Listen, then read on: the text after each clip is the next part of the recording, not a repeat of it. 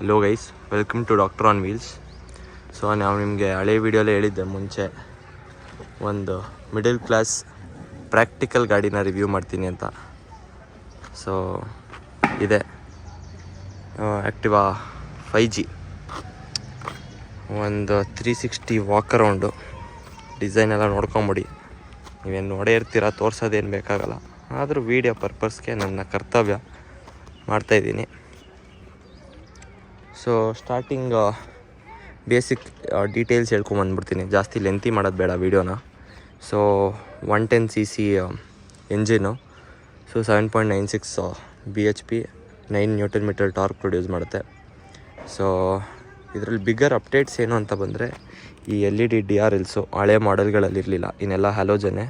ಆಮೇಲೆ digital cluster ಒಂದು change ಆಗಿದೆ, ತೋರಿಸ್ತೀನಿ. ಸೊ ಬ್ರೇಕಿಂಗ್ ಬಂದು 2 ಡ್ರಮ್ ಬ್ರೇಕ್ಸೇ, ಫ್ರಂಟು ಬ್ಯಾಕು. ಮತ್ತು ಸಸ್ಪೆನ್ಷನ್ ಬಂದು ಹೈಡ್ರಾಲಿಕ್ ಸಸ್ಪೆನ್ಷನ್ನು. ಅದೊಂದು ಕಿಕ್ಕರನ್ನು ಕೊಟ್ಟಿದ್ದಾರೆ, ಬ್ಯಾಟ್ರಿ ಏನಾರು ಊಷ್ಟಾದರೆ ಅಂತ. ಏನೋ ಹೋಂಡಾ ಆ್ಯಕ್ಟಿವಾ ಇಸ್ ಫಾರ್ ಪ್ರಾಕ್ಟಿಕ್ಯಾಲಿಟಿ. ಆಮೇಲೆ ಸೈಲೆನ್ಸರು, ಒಂದು ಇದನ್ನು ಸೀಟ್ ತೋರಿಸ್ಬಿಡ್ತೀನಿ ಒಂದು ನಿಮಿಷ. ಇದು ಇನ್ಸ್ಟ್ರೂಮೆಂಟ್ ಕ್ಲಸ್ಟರ್ ನೋಡ್ಕೊಳ್ಳಿ, ಹೊಸದು. ಇದರಲ್ಲಿ 2 ಆಪ್ಷನ್ ಬರುತ್ತೆ, ಡಿಜಿಟಲ್ಲು ಮತ್ತು ಅನಲಾಗ್ ಅಂತ. ಅನಲಾಗ್ ಅಂದರೆ ಈ ಓಡೋಮೀಟ್ರು ಮತ್ತು ಫ್ಯೂಯಲ್ ಗೇಜು ಟೈಮ್ ತೋರಿಸಲ್ಲ, ಅದು ನಾರ್ಮಲ್ ನೀಡಲ್ದು ಬರುತ್ತೆ. ಆಮೇಲೆ ಇಲ್ಲಿ ಹೆಡ್ಲೈಟು, ಇದು ಎಕನಾಮಿಕ್ ಮೋಡ, ಎಷ್ಟು ಸ್ಪೀಡ್ ಮೇಲೆ ಡಿಪೆಂಡ್ ಅದು. ಆಮೇಲೆ ಸೀಟ್ದೊಂದು ಓಪನ್ ಮಾಡ್ತೀನಿ. Decent amount of space. ಇಲ್ಲಿ USB ಕೇಬಲ್ ಹಾಕ್ಕೊಳ್ಳೋಕ್ಕೆ ಒಂದು ಆಪ್ಷನ್ ಕೊಡ್ತಾರೆ.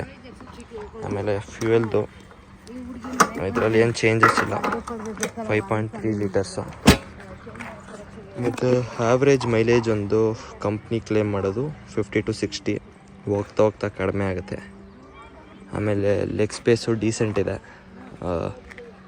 ಆ್ಯಸ್ ಯೂಶ್ವಲ್ ಎಲ್ಲ ಹಳೇದೆ. ಹೋಗ್ತಾ ಹಳೆಯೋದ್ರಿಂದ ನೋಡ್ಕೊಂಬಂದರೆ ಜಸ್ಟ್ ಬಾಡಿ ಚೇಂಜ್ ಅಷ್ಟೇ, ಬಾಡಿ ಚೇಂಜ್ ಮಾಡ್ಕೊಂಬಂದಿದ್ದಾರೆ. ಅದು ಬಿಟ್ಟರೆ ಬೇರೆ ಏನೂ ಚೇಂಜ್ ಮಾಡಿಲ್ಲ ಗಾಡೀಲಿ. ಒಂಚೂರು ಪವರ್ ಫಿಗರ್ಸ್ ಅಲ್ಲಿ ಇಲ್ಲಿ ಆಟ ಆಡಿರ್ತಾರಷ್ಟೇ ಆ್ಯಕ್ಟಿವಲ್ಲಿ.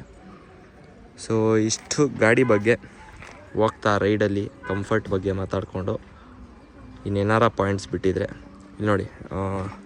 ಏರ್ ಇನ್ಫ್ಲೋಗೆ 2 ಗ್ಯಾಪ್ ಬಿಟ್ಟಿದ್ದಾರೆ. ಏನೋ ಯೋಚನೆ ಮಾಡ್ತಾರೆ ಆ್ಯಕ್ಟಿವಾ ಹೋಂಡಾ ಅವರು. ಅದು ನನ್ನ ಹೆಲ್ಮೆಟ್ಟು ಡಿಸೈನ್ ವೈಸಲ್ಲಿ ಪರವಾಗಿಲ್ಲ ಗುರು, ಒಂಚೂರು ಇಂಪ್ರೂವ್ ಆಗಿದೆ. ಈಗಾಗಲೇ 6G ಬಿಟ್ಟಿದ್ದಾರೆ, ಇನ್ನು ನೆಕ್ಸ್ಟ್ EV ಎಲ್ಲ ಬಿಡೋ ಪ್ಲ್ಯಾನಲ್ಲಿದ್ದಾರೆ. ನೋಡೋಣ, ಹೋಗ್ತಾ ಮಾತಾಡಿಕೊಂಡು ರೈಡ್ ಕಂಫರ್ಟ್ ಬಗ್ಗೆ ಹೇಳ್ಕೊಂಡು ಹೋಗೋಣ ಬನ್ನಿ. ಆಮೇಲೆ ಹಂಗೆ ಇಲ್ಲಿ ಒಂದು ಹುಕ್ಕು, ಇಲ್ಲೊಂದು ಹುಕ್ ಕೊಟ್ಟಿದ್ದಾರೆ, ಒಂದು ನಿಮಿಷ ತೋರಿಸ್ತಿದ್ದಾರೆ. ಇಲ್ಲೊಂದು ಹುಕ್ಕಿದೆ, ಡಿಕ್ಕಿ ಸಾಕಾಗಿಲ್ಲ ಅಂದರೆ ಸಾಮಾನು ಕವರ್ ಇಲ್ಲ ಹಾಲು ಮೊಸರು ತರೋಕ್ಕೆಲ್ಲ ಉಪಯೋಗ ಆಗುತ್ತೆ, ನಾವು ಅದಕ್ಕೆ ಉಪಯೋಗಿಸೋದು ಜಾಸ್ತಿ. ನೆಕ್ಸ್ಟ್ ರೈಡಿಗೆ ಬಂದುಬಿಡೋಣ ಡೈರೆಕ್ಟಾಗಿ. ಸೊ ಬನ್ನಿ guys, it's time to ride. ಓಪನಾಗಿ ಹೇಳ್ಬಿಡ್ತೀನಿ, ಇದು ನಂದು 4th ಟೇಕು. ಒಂದೊಂದರಲ್ಲೂ ಒಂದೊಂದು ಮಿಸ್ಟೇಕ್ಸ್ ಮಾಡ್ಕೊಂಬಂದೆ. ಕಷ್ಟ ಇದೆ ಲೈಫ್. ನೋಡಿ, ಇನ್ಸ್ಟ್ರೂಮೆಂಟ್ ಕ್ಲಸ್ಟರ್ ಅಬ್ಸರ್ವ್ ಮಾಡಿ, ಫುಲ್ ಸ್ಪೋರ್ಟಿ ಫೀಲ್ಸು ಮತ್ತು ಈಕೋ. ಅದು ಒಂದು 40 to 50 ರೇಂಜಲ್ಲಿ ಹೋದರೆ ಎಕನಾಮಿ ಅಂತ ಅದು ಇಂಡಿಕೇಟ್ ಮಾಡುತ್ತೆ. ಇದು ಹೆಡ್ಲೈಟ್ದು, ಇಲ್ಲಿ ಸರ್ವಿಸ್ ಇಂಡಿಕೇಟ್ರ್ ತೋರಿಸ್ತಾ ಇದೆ, ಟೈಮು, ಓಡೋಮೀಟ್ರು ಡಿಜಿಟಲು ಮತ್ತು ಫ್ಯೂಯಲ್ ಗೇಜು. ಇದಕ್ಕೆ ಚೋಕೊಂದು ಕೊಟ್ಟಿದ್ದಾರೆ. ಫ್ಯೂಯಲ್ ಖಾಲಿ ಆದಾಗ 1-2 ಸತಿ ಎಳೀರಿ ಆಚೆಗೆ, ಎಳೆದ್ಬಿಟ್ಟು ಸ್ಟಾರ್ಟ್ ಮಾಡ್ಕೊಂಡು ಹೋಗ್ತಾ ಇರ್ಬೋದು. ಸೊ ಈ ಗಾಡಿನ ನಮ್ಮ ಮಿಡಲ್ ಕ್ಲಾಸ್ ಅವರು 2 ರೀಸನ್ಗೆ ಚೂಸ್ ಮಾಡ್ತಾರೆ. ಒಂದು, ಇದು ಲೈಟ್ ವೆಯ್ಟು. ಆಮೇಲೆ ಇನ್ನೊಂದು ಮೈಲೇಜ್ ಬಗ್ಗೆ ಮಾತಾಡೋಕ್ಕೆ ಬಂದರೆ ಇದು ಯಾರು ಸ್ಪ್ಲೆಂಡರ್ಗಿಂತ ಯಾರನ್ನೂ ಮೀರ್ಸೋಕ್ಕಾಗಲ್ಲ. ಬಟ್ ಮೊಪೆಡಲ್ಲಿ ನಂದಿದೆ ಜಾಸ್ತಿ ಅನಿಸುತ್ತೆ, ಒಂದು 50 to 60 ಕ್ಲೇಮ್ ಮಾಡ್ತಾರೆ, ಅದು ವರ್ತೇನೆ. ನಾನು ಈ ಗಾಡಿ ತೊಗೊಂಡಾಗ 72,000 ಏನಾಯಿತು. 72,000ಗೆ ಒಂದು 50 to 60 ಕಿಲೋಮೀಟರ್ಸ್, ಒಂದು $100 ಪೆಟ್ರೋಲ್ ಹಾಕ್ಕೊಂಡ್ರೆ ನಮ್ಮ ಊರಿಗೆ ಹೋಗ್ಬಿಡೋದು ಕುಣಿಗಲ್ಗೆ. ಸೊ ವೆರಿ ಪ್ರಾಕ್ಟಿಕಲ್ ಮತ್ತು ಸಿಟಿ ರೈಡ್ಸ್ಗೆ ಅಂತ ಮಾಡಿರೋ ಗಾಡಿ ಇದು. ಆಮೇಲೆ ಬ್ರೇಕ್ಸು ಅಷ್ಟೇ ತುಂಬ ಎಫೆಕ್ಟಿವ್ ಇದೆ. ಕಾಂಬಿ ಬ್ರೇಕ್ ಸಿಸ್ಟಮ್ ಏನೋ ಇದೆ ಇದರಲ್ಲಿ. ಒಂದು ಹಿಡಿದ್ರೆ ಇದು ಏನೋ ಎರಡು ಕಾಂಬಿನೇಷನಲ್ಲಿ ಹಿಡಿಯುತ್ತೆ. ಬಟ್ ಇಂಜಿನು ಅಷ್ಟೇ ತುಂಬ ಪಂಚಿ ಆಗಿದೆ.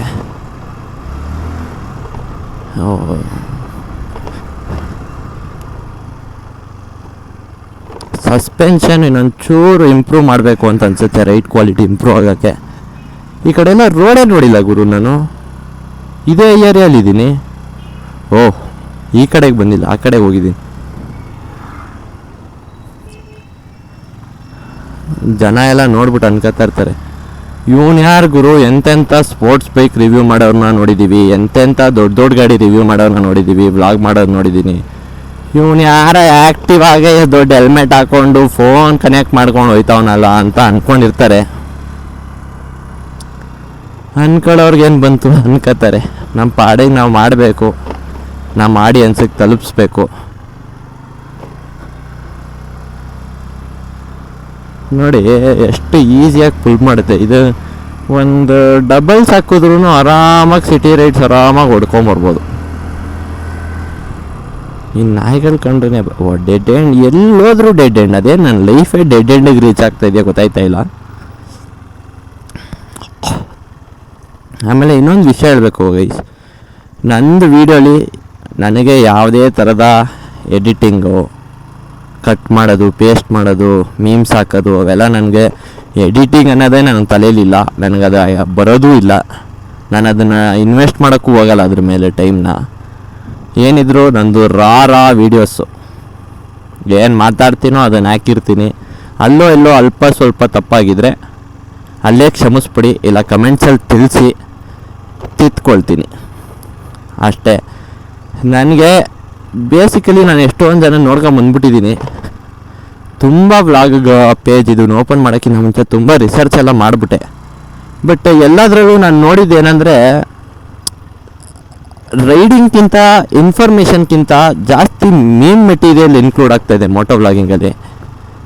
ಸೊ ಅದು ಒಂದು ಕಡೆ ಏನದು ಇನ್ಫಾರ್ಮೇಟಿವ್ ಆಗಿರುತ್ತೆ, ಎಂಟರ್ಟೈನ್ಮೆಂಟ್ ಆಗಿರುತ್ತೆ. ಬಟ್ ತುಂಬ ಮೀಮ್ಸ್ ಆದಾಗ ನೋಡಿದ್ನೇ ನೋಡಿ ಅದೇ ದೊಡ್ಡಣ್ಣವ ಡೈಲಾಗು, ಅದೇ ಚಿಕ್ಕಣ್ಣವ ಡೈಲಾಗು ಸಾಕಾಗ್ಬಿಟ್ಟಿರುತ್ತೆ. ಅದಕ್ಕೆ ನಮ್ಮದು ಪೂರ್ತಿ ರಾ ವೀಡಿಯೋಸು. ಇಷ್ಟ ಇದ್ದರೆ ಲೈಕ್ ಮಾಡಿ, ಇಷ್ಟ ಆಗಿಲ್ಲ ಅಂದ್ರೂ ಯಾವುದೋ ಒಬ್ಬ ಹುಡುಗ ಮಾಡ್ತಾವನೆ ಅಂತ ಒಂದು ಇನ್ನೊಂಚೂರು ಲೈಕ್ ಹಾಕ್ಬಿಟ್ಟು ಶೇರ್ ಮಾಡಿ ಸಪೋರ್ಟ್ ಮಾಡಿಬಿಡಿ. ಹೋಣ ಬಂದ್ಬಿಡಿ ಅನ್ಕೋತಾ ಇರ್ತಾರೆ. ಇದೊಂದು ಬಟನ್ ಬಗ್ಗೆ ಹೇಳಿಲ್ಲಲ್ಲ, ಇದು ಓಡೋಮೀಟ್ರದ್ದು ಮತ್ತು ಟ್ರಿಪ್ ರೀಸೆಟ್ ಮಾಡೋಕ್ಕಿರ್ಬೇಕು. ಅದು ನಾನು ಯೂಸೇ ಮಾಡಿಲ್ಲ. ಅವಾಗ ಸ್ಟಾರ್ಟಿಂಗ್ ಜೋಶಲ್ಲೆಲ್ಲ ಯೂಸ್ ಮಾಡಿ. ನಮ್ಮ ಗಾಡಿಗೆ ಇದಕ್ಕಿಂತ, ನಮ್ಮ ಮನೇಲಿ ಇದಕ್ಕಿಂತ ಫಸ್ಟ್ ಗಾಡಿ ಬಂದಿದ್ದು ಯಾವುದು ಗೊತ್ತಾ ನಿಮಗೆ? ಕೈನೆಟಿಕ್. ಆ ಕೈನೆಟಿಕ್ ರಿವ್ಯೂ ಮಾಡೋಣ ಅಂದರೆ ನಮ್ಮ ಡ್ಯಾಡಿ ಅದನ್ನೆಲ್ಲೋ ಸುಮ್ಮನಲ್ಲಿ ಬ್ರಿಡ್ಜ್ ಕೆಳಗೆ ನಿಲ್ಲಿಸಿದ್ರು. ಜೋರಾಗಿ ಮಳೆ ಬಂದು ಕೊಚ್ಚೋಗಿ ನೀರೆಲ್ಲ ತುಂಬಿಕೊಂಡು ಆ ಗಾಡಿ ವೇಸ್ಟೇ ಆಗೋಯ್ತು. ಏನೋ ಕಡೆ ವೆದರ್ ನೋಡು ಗುರು, ಮಳೆ ಅಂದಿದ ತಕ್ಷಣ ಹೆಂಗೆ ಯಪ್ಪ ವೆದರ್ ಸಕಾಲಾಗಿದೆ ಇವತ್ತು. ಸಮ್ಮರಲ್ಲಿ ಈ ಥರ ಬಂದ್ಬಿಟ್ಟು ತೋರಿಸ್ಬಿಟ್ಟು ಹೋದರೆ ಆಗಲ್ಲ, ಜೋರಾಗಿ ಬಂದರೆ ನೆಮ್ಮದಿ. ಸುಮ್ಮನೆ 2 ಹನಿ ಉಳಿದು ಹೋದರೆ ಇನ್ನೂ ಸೆಕೆ ಆಗೋಕ್ಕೆ ಸ್ಟಾರ್ಟ್ ಆಗ್ಬಿಡುತ್ತೆ. ಆವಾಗ ಹಿಂಸೆ ತಾಳಲ್ಲ ರೀ. ಅಪ್ಪಲ್ಲಿ ನೋಡಿ ಏನು ಎಫರ್ಟ್ಲೆಸ್ ಆಗಿ ಇಳಿಯುತ್ತೆ ಗಾಡಿ. ಆಮೇಲೆ ಇದು ಸರ್ವಿಸ್ ಬಗ್ಗೆ ಮಾತಾಡೋಕ್ಕೆ ಬಂದರೆ, ರೆಗ್ಯುಲರಾಗಿ ಬಿಡ್ತಾಯಿದ್ರೆ ಒಂದು 1000 to 1500 ಅಷ್ಟೇ, ಅದರೊಳಗೆ ಮುಗ್ದೋಗ್ಬಿಡುತ್ತೆ.